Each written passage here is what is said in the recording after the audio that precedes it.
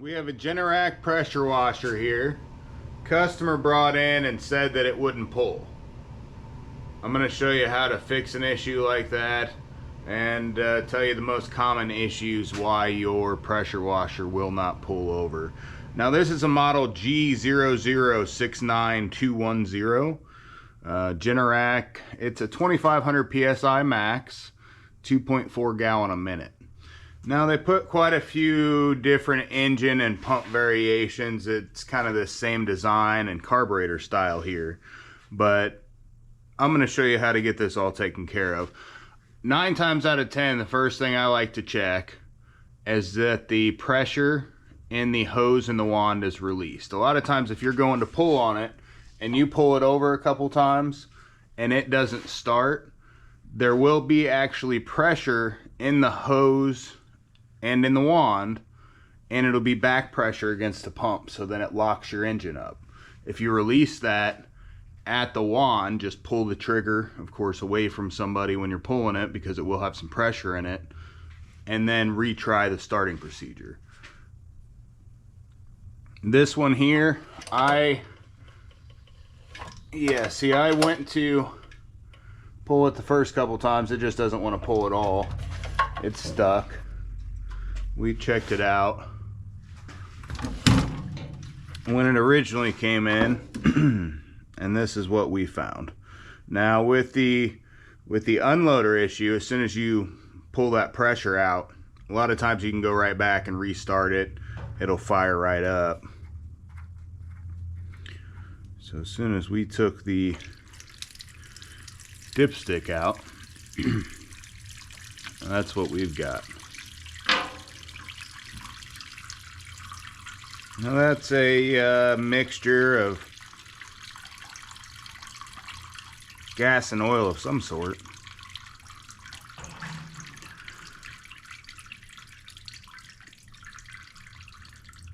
So what we're seeing is that the gas has drained from the tank. There's still some left in there, probably because the whole crankcase was completely full. So there's still some in the tank. Now that's the first thing you tell everybody and that you try to do as an equipment owner, is that you try to check the oil before you do anything to it. Now they definitely didn't try to check the oil. If they checked the oil, they would have known, right off that there was an issue and wouldn't have tried to start this thing. So luckily they didn't get it started. It wouldn't pull over. But in this case, the crankcase is completely full of fuel.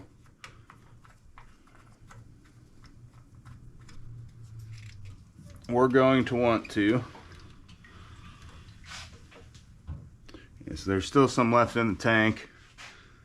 The fuel is turned on still. I'm going to turn it off until we get this taken care of, so no more drains down in to the crankcase while we're working. I mean, that's a lot. We'll pull all that out of there and then we'll run it for a little bit and then we'll change the oil again.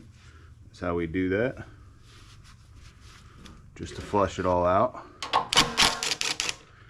I'm going to take this carburetor apart. So what's happened here is that the carburetor has failed. It's allowed the fuel from the tank just to continue to flow past. That's the only shutoff that the pressure washer has as far as fuel goes.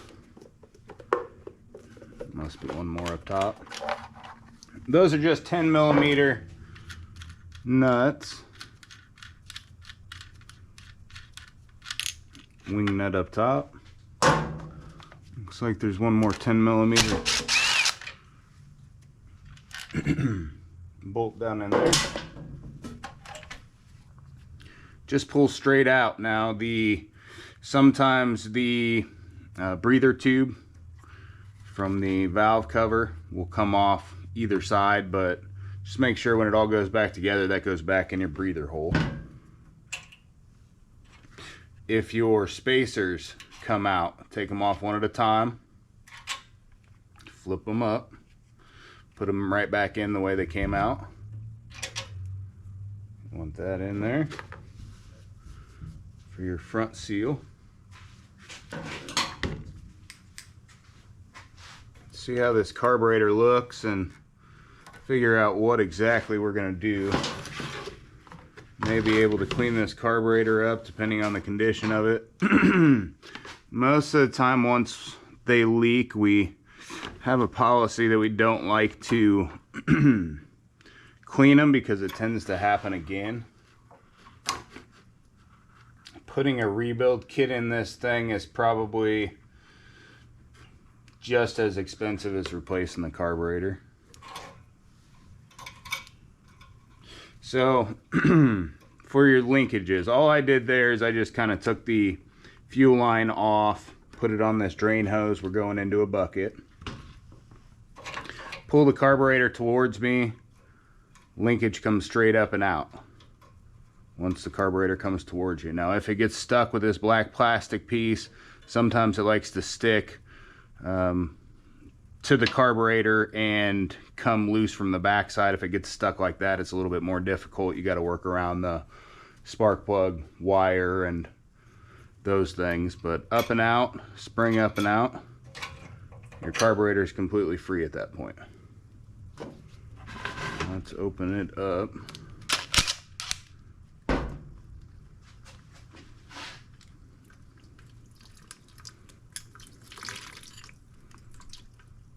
Oh yeah, that is not good looking stuff there at all.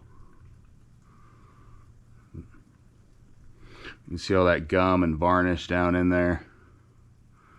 Just a really bad gum and varnish everywhere. Would that come out of there with a good cleaning and the carburetor cleaner with some just, do you want to take that chance? So a new carburetor on these, an aftermarket carburetor, right about, I think 25 bucks we sell them for, something like that. Getting a new needle and seat, just the needle and seat alone. Yeah, that one feels real hard. That's why it's not seating. It didn't look like there was really anything in the needle and seat. Although, how could there not be with as much stuff as was in there? I think we're going to replace the carburetor. I think that's the best route to go for the customer. I talked to them about it when they brought it in, and they said whichever way. So that's what we're going to do. I took that back gasket off. You want to make sure that's nice and clean with the razor blade. Or a gasket scraper of some sort. You can use just about anything flat to kind of just scrape it off of there. And I'm going to drain all this fuel and start with fresh fuel just because I don't know where it came from. If I knew where it came from, I'd leave it in there, obviously, but I don't. Looks like it's about done. So we're going to use an aftermarket 16100-ZH8-W61. So again, I'm not going to clean this, but I will show you how real quick. Now we've already taken the bottom bowl off. We just pulled that off with the 10mm bolt that came off the bottom. And then there's a pin that sits in here. Just pulled that straight out with our needle nose. And this pulled apart. Now there's a spring and a needle and a seat. That all kind of fits together. Now if you're going to clean all this, you're going to want to get this tip and all the way along this whole needle. You're going to want to get that as clean as possible. If you can't get that 100% clean, it's going to stick again. Same thing with down in here where this needle rides into. You're going to want that 100% clean on the inside down on that seat. All of this stuff will need to come off. You can use a scraper. A lot of times something like this is easy, just to kind of scrape all the surface stuff off. And then I like to just use pull like a wire loom from here. And that works great if you're using a brass one, to just get a couple pieces of this and work it down in to the seat. Now again, this one's pretty bad. I'm not going to do that. It would take quite a bit of work, quite a bit of time.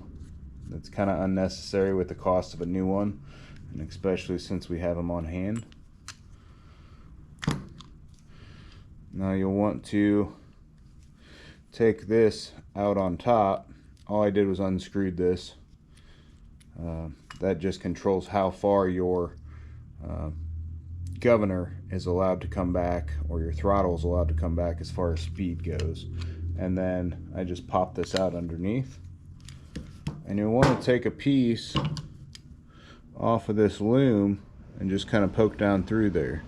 Right through the middle, there is a jet down through. And make sure you can see that all the way down in there.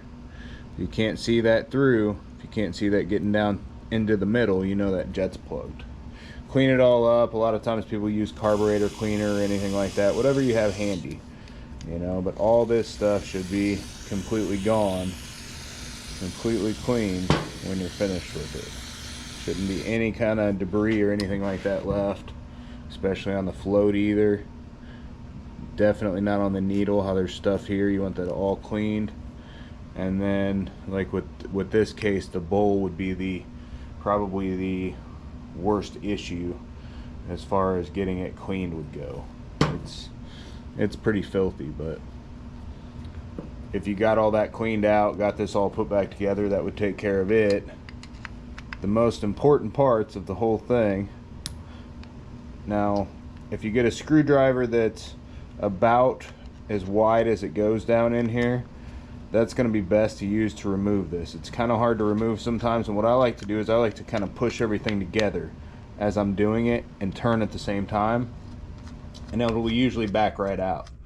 As soon as you get that brass turned away or stripped out, it doesn't like to work. And then this whole assembly just comes out, comes straight down and out like such. And you can clean all these out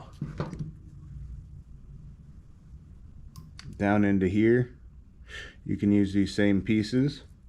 You can also do like torch tip cleaners and run those down through them. You just want to make sure this is extremely clean all the way through, especially this main jet. That's what feeds the entire system with fuel. And then your emulsion tube, make sure it's clean down through, and then all the way through each side. You should be able to see through on each one of these holes. They go all the way through the entire thing. Clean all that out with these, put all that back together, and that will solve your issues when this goes back in.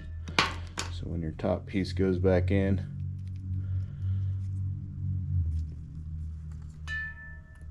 and your governor stop goes back in, it's about 1/4 of an inch to 3/8 of an inch. Right about there is where you want to set it for the stop.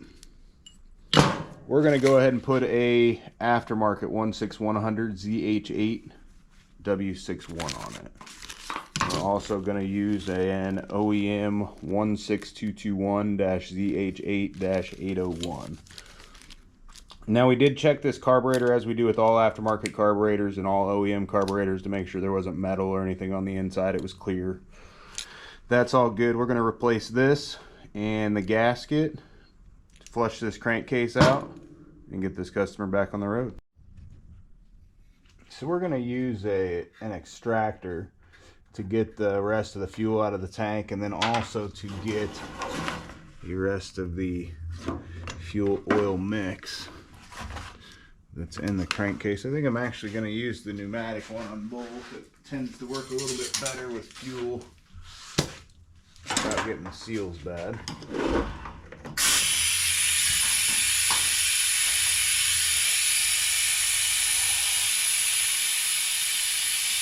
You just want to make sure before any of this stuff goes back together that all of that fuel oil mix has been drained and good oil has been put back in.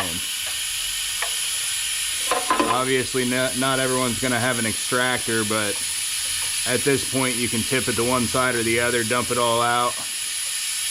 Now again, like we said before, we'll usually run it with good oil in it for about 5 minutes, just with water running through it, of course. And then we'll go ahead and change the oil again, which just kind of flushes everything out.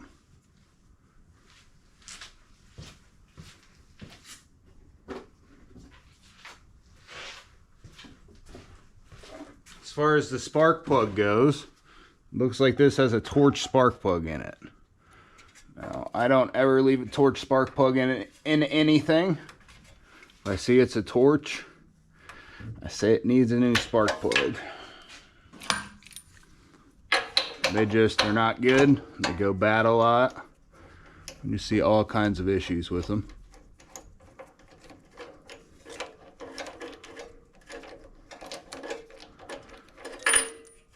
This is a Torch F6 RTC.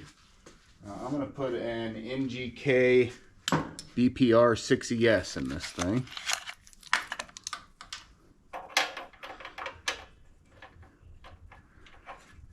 You always want to start the threads by hand as you're going in.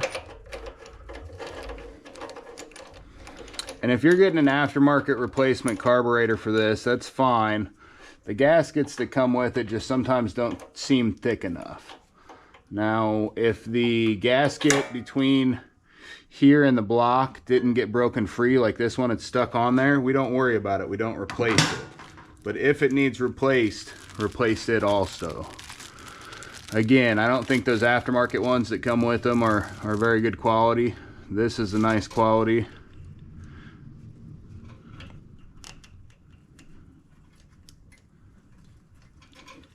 And that's a good replacement for this. Now on these different carburetors, if you're removing one, they put this same carburetor on many different things. It's just a Honda clone engine. This thing, if yours has the sediment bowl and you're trying to clean it, you can remove this from the bottom. That just unscrews and you can clean it out. That will make sure that everything down through is also clean. You can blow through all these holes with carburetor cleaner up through everywhere when you're cleaning these, if you're trying to get it back going in the field, kind of like I showed you a minute ago. Getting this all back on here, a lot of times I like to do the spring first. Just seems easier for me. I hook it up, and then as I push it on, I get the linkage pushed in. That's good. Now with the extra fuel up top, there's still some in there even though there's nothing else draining out. We're going to drain that out also. We're not going to leave that up in there. Looks like there's a bunch of debris and stuff in the tank too. Now if you don't have an extractor, you can use an air compressor or anything like that. You just want to make sure everything in the tank of the unknown nature is out of there.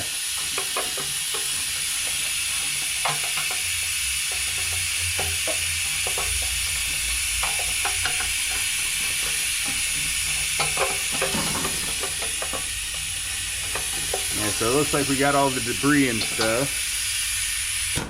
You can take an air compressor.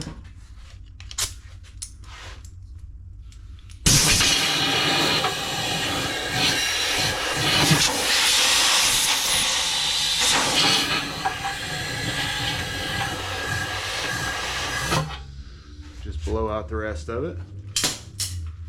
I'll have to get some oil real quick. About 3/4 of a quart of oil.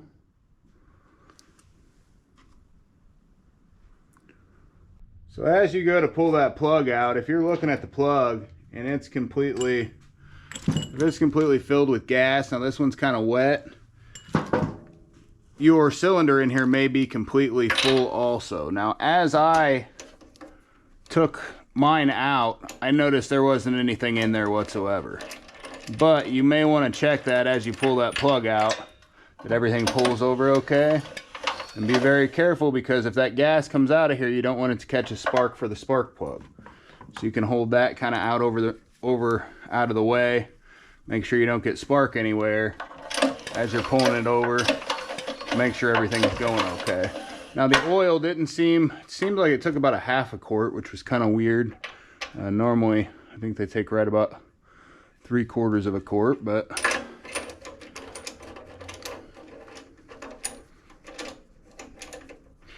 Go ahead and put that front insulator back on. All right, here.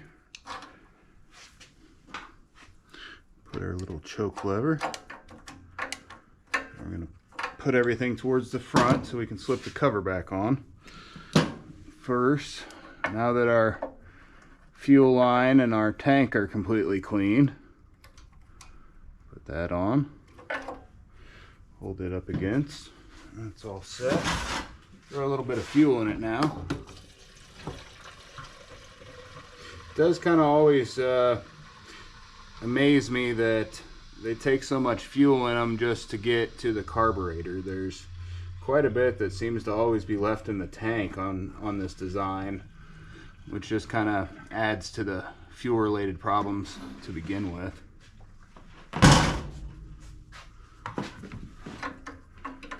I always like to put them back together and turn it on, make sure nothing's leaking. Seems good. Again, make sure that our tube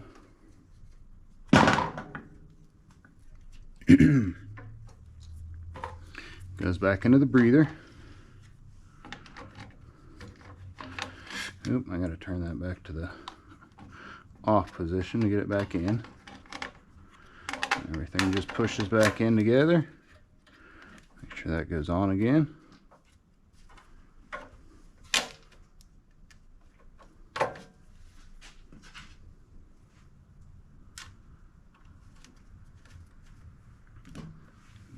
Two up front, and then we got the one bolt through the top.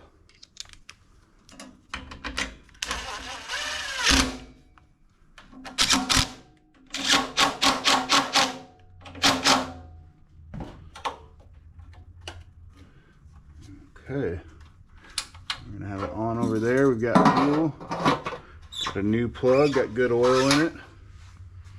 I'm just going to start it for testing purposes right this second. After we get that, started and make sure everything's running here, again, we'll run it with some water through it, run it for about 5 minutes, and then we'll go ahead and change that oil out again to make sure any of that residual gas that was in there doesn't stick around. And normally it should burn off anyway, but we like to take that extra precaution.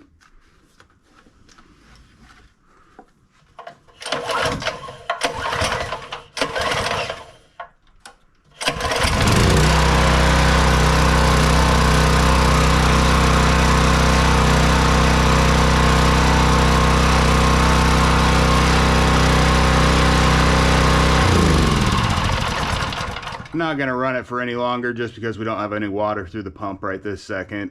Everything's running perfect at this point, pulls all the way through. Fuel in the crankcase and in the piston and cylinder is going to be one of the most common reasons that your generator won't pull over.